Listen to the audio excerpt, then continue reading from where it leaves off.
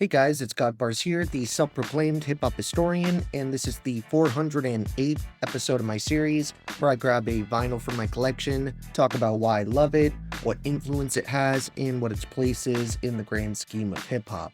So obviously, West Coast icon Snoop Dogg is nowhere near a new face to the channel, but while I knocked out his game-changing solo debut a long time ago now, the last time I covered him is when I discussed his somewhat underrated 1999 LP No Limit Top Dog. And after posting that video, I noticed a number of people saying they hadn't really heard of that album, or really any of Snoop's work outside of Doggy Style for the most part. That's really the main reason I wanted to revisit him today, because I think plenty of people have this conception that Snoop's first album was his only worthwhile contribution to the culture musically, outside of his features on The Chronic, of course. And I would heavily disagree. In fact, I really feel like one of the only reasons his solo discography tends to get overlooked is due to the misstep and critical blunder that was his 1996 sophomore LP, The Dogfather. And you could argue it didn't help that he would follow that up with another project most fans feel is kind of lackluster, 1998's The Game Is to Be Sold, Not to Be Told, which was his first endeavor under No Limit. There may have been a number of other meh releases that would come out down the line, but when you're constantly putting out work for that long, it's almost inevitable that not every LP is going to be a classic, especially when you have as many outside endeavors as Snoop does. And at the end of the day, he still has a number of other worthwhile listens. From 2002's Paid the Cost to Be the Boss to 2006's The Blue Carpet Treatment. And of course the project I chose to discuss today, that being his fifth studio album here, The Last Meal, which like many of the other albums in this set dropped in the year 2000.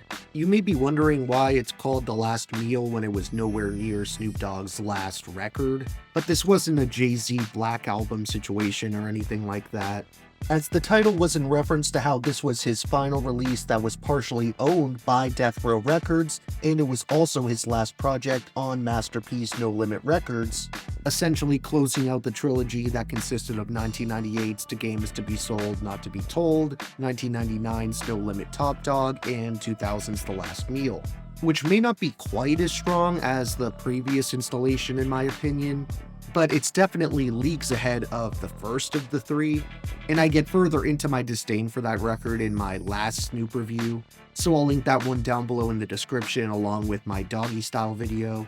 While not everyone loved this thing, I do feel like there was a pretty sizable amount of fans who saw it as a return to form, and arguably his most focused and polished LP since Doggy Style.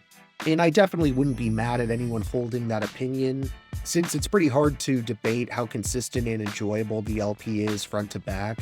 One of my favorite moments on The Last Meal comes in the form of the track Go Away, which features fellow West Coast veteran Cocaine, and definitely has one of the strongest instrumentals on the entire thing, on top of a killer opening verse from Snoop, which he kicks off rapping, "Let your mind not be confused. If you can walk this walk, homie, take my shoes. New fools, you fools, these fools, all y'all, talking bad about me and my motherfucking dog. He ain't trippin', I ain't trippin', but y'all rappers still dissin'. To me, some of these suckers will never get it. Full clip, and if I miss it, I'ma tip it on the crip and dog house in your mouth. Now tell me how you livin'. Who's the villain? You the villain? Man, Ren is the villain. My homie from the CPT, cold chillin'.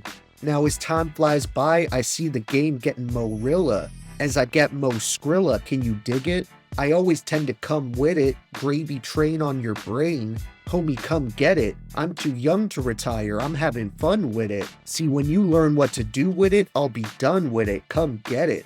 Cocaine does an awesome job with the hook on this track, but he's nowhere near the only guest appearance on The Last Meal. In fact, we get a myriad of Cali hip-hop legends who show up, including Badass, Lil Half Dead, The Lady of Rage, Nate Dogg, Butch Cassidy, The Eastsiders, Sugar Free, Mac Minister, Mr. Magic, Eve, Master P, Ice Cube, and MC Ren. As for the memorable beats here, those were covered by another stacked roster consisting of producers like Mike Elizondo, Jelly Roll, Scott Storch, Meech Wells, Heath Clizark, Battle Cat, Superfly, Studio Ton, Carlos Stevens, Dr. Dre, and Timbaland.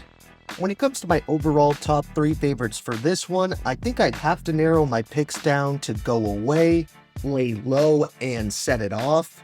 And as for honorable mentions, I definitely want to recommend songs like Hennessy and Butter, Snoop Dogg, What's My Name Part 2, True Lies, Wrong Idea, Bring It On, Ready to Ride, Loosen Control, I Can't Swim, and Y'all Gon' Miss Me. Thank you for watching my 408th video. Next time, we are returning to a pivotal underground duo that's definitely overdue for a return. So look out for that episode, and if you enjoyed, be sure to like, subscribe, and let me know what your favorite moments are off of this sleeper pick. Don't forget to have a great day, and I'll see you next time, okay? Alright.